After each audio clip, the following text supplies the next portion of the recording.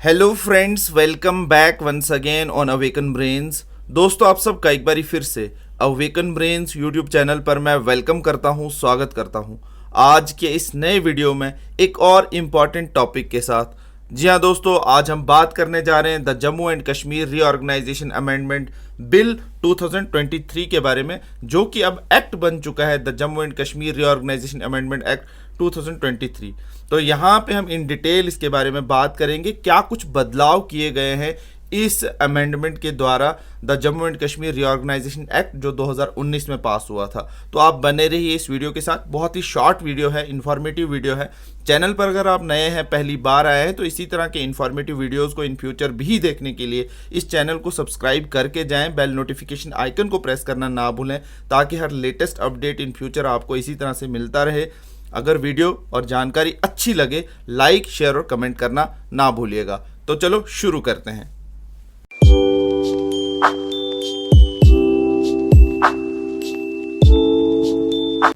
तो दोस्तों, आज हम बात करने जा रहे हैं the Jammu and Kashmir reorganisation act 2019 के बारे में, जिसकी अब बैक टू बैक अमेंडमेंट पहले 2021 में आई थी और उसके बाद अब 2023 में भी कुछ अमेंडमेंट्स देखने को मिली है। तो शॉर्ट में मैं यहाँ पे 2023 की कुछ अमेंडमेंट्स यहाँ पे आपको दिखाने जा रहा हूँ, तो आप बने रहिए। तो यहाँ पे सबसे पहले हम बात करेंगे, मिनिस्ट्री ऑफ होम अफेयर्स की तरफ से इसे इंट्रोड्यूस किया जाता है लोकसभा के अंदर 26 जुलाई 2023 को, और उसके बाद लोकसभा के अंदर इसे पास किया जाता है 6 दिसंबर 2023 को। किस चीज़ को? The Jammu and Kashmir reorganisation amendment bill को। और उसके बाद लोकसभा के बाद राज्यसभा में इसे पास किया जाता है 11 दिसंबर 2023 को, और इसी तरह से फिर प्रेसिडेंट का जो एसेंट लेने के लिए बिल चला जाता है और बाद में लेटर ऑन ये अमेंडमेंट जो है एक्ट बन जाता है। अब इस अमेंडमेंट में the Jammu and Kashmir reorganisation act के अंदर कौन कौन से बदलाव लाए गए हैं, अमेंडमेंट्स लाई गई हैं, यहाँ पे इन डिटेल देखेंगे। सबसे पहला पॉइंट यहाँ पे मैं देख लेता हूँ जो आपके साथ डिस्कस करने जा रहा हूँ। The Jammu and Kashmir reorganisation act 2019 की अमेंडमेंट बिल जो 2023 में इंट्रोड्यूस की गई लोकसभा में, जो आपको अभी मैंने ऊपर बताया 26 जुलाई 2023 को, और उसके बाद ये अमेंडमेंट जो है वो लाई जा रही थी Jammu and Kashmir reorganisation act 2019 के लिए। The act provides for the reorganisation of state of Jammu and Kashmir, जो कि पहले की कहानी यहाँ पे बताई जा रही कि द जम्मू एंड कश्मीर को जो एक रिऑर्गेनाइज्ड स्टेट से यूनियन टेरिटरी बनाया गया इस एक्ट के द्वारा। यहाँ पे आप देख सकते हैं एक्ट 2019 के द्वारा, जिसमें union territory of Jammu and Kashmir को अलग से विद लेजिस्लेचर बनाया गया और लद्दाख को विदाउट लेजिस्लेचर बनाया गया। उसके बाद यहाँ पे अब इसमें जो स्पेसिफिकली ये बात कर रहे हैं, यहाँ पे 2023 की अमेंडमेंट्स में क्या क्या कुछ बदलाव लाए गए।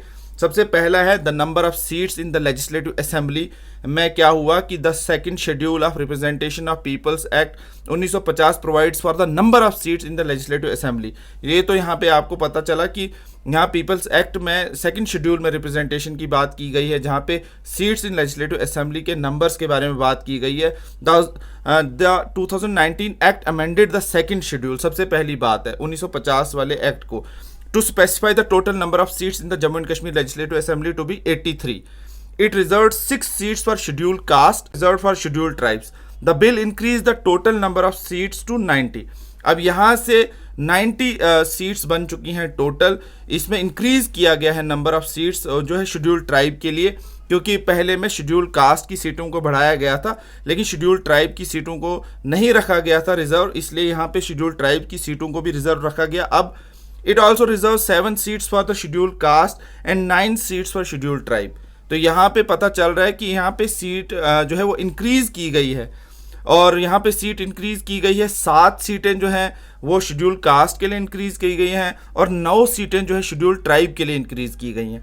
उसके बाद बहुत ही इंपॉर्टेंट यहाँ पे पॉइंट आ जाता है दूसरा, नॉमिनेशन ऑफ कश्मीरी माइग्रेंट्स को पहली बार नॉमिनेट किया जाएगा। लेफ्टिनेंट गवर्नर जो है नॉमिनेट करेगा 2 नंबर्स या 2 मेंबर्स को फ्रॉम कश्मीरी माइग्रेंट कम्युनिटी से, और लेजिस्लेटिव के असेंबली के अंदर one of the nominated member जो है वो मस्ट बी वुमेन होनी चाहिए।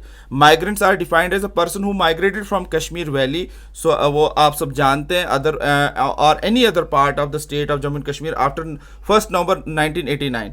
And are registered with relief commissioner, उनकी सीट्स को बढ़ाया गया। दो जो है वो नॉमिनेट किया गया है, 2 सीटें जो है वो लेफ्टिनेंट गवर्नर जो है नॉमिनेट करेगा, उसमें एक वुमेन का होना बहुत ज़रूरी है कश्मीरी माइग्रेंट से। और migrants also include individuals who have not been registered due to being in a government service in any moving office या have left for work or possessing immovable property at a place from where they migrated but are unable to reside there due to disturbed condition। Next यहाँ पे है nomination, बहुत ही important है ये बात भी, of displaced person. The bill adds that the lieutenant governor may nominate to the legislative assembly one member representing displaced person from Pakistan occupied Jammu and Kashmir. Displaced person refer to the individual who left or were displaced for their place of residence। यहाँ पे आप देख सकते हैं displaced person उन्हीं को कहते हैं इन पाकिस्तानी ऑक्यूपाइड कश्मीर।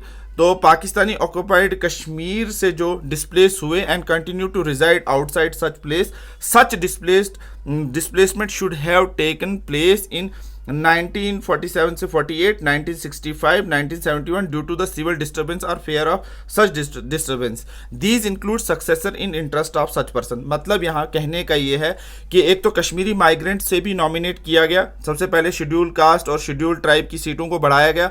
दूसरा है कश्मीरी माइग्रेंट में 2 सीटें नॉमिनेट करेगा, उसमें लेफ्टिनेंट गवर्नर, उसमें एक फीमेल का होना ज़रूरी है। और तीसरा इंपॉर्टेंट पॉइंट है यहाँ पे डिस्प्लेस्ड पर्सन का, जो पाकिस्तानी ऑक्यूपाइड कश्मीर से जो है वो डिस्प्लेस्ड हुए हैं और यहाँ पे उनके लिए एक सीट रिजर्व की गई है। तो इस तरह की चेंजेस जो हैं यहाँ पे इस अमेंडमेंट बिल में लाई गई हैं। तो यही अपडेट मैं यहाँ पे दे रहा था। आई होप कि ये वीडियो आपको पसंद आया होगा, इन्फॉर्मेटिव लगा होगा। तो अगर अभी तक आप इस वीडियो के साथ जुड़े हुए हैं, चैनल पर बने हुए हैं, तो चैनल को सब्सक्राइब करना ना भूलिएगा, बेल नोटिफिकेशन आइकन को प्रेस करना ना भूलिएगा। साथ ही साथ इन्फॉर्मेशन अच्छी लगे तो लाइक, शेयर और कमेंट करना ना भूलिएगा। मिलते हैं किसी नेक्स्ट वीडियो में किसी नेक्स्ट टॉपिक के साथ, तब तक रखिए अपना बहुत सारा ख्याल। All the best and God bless you all.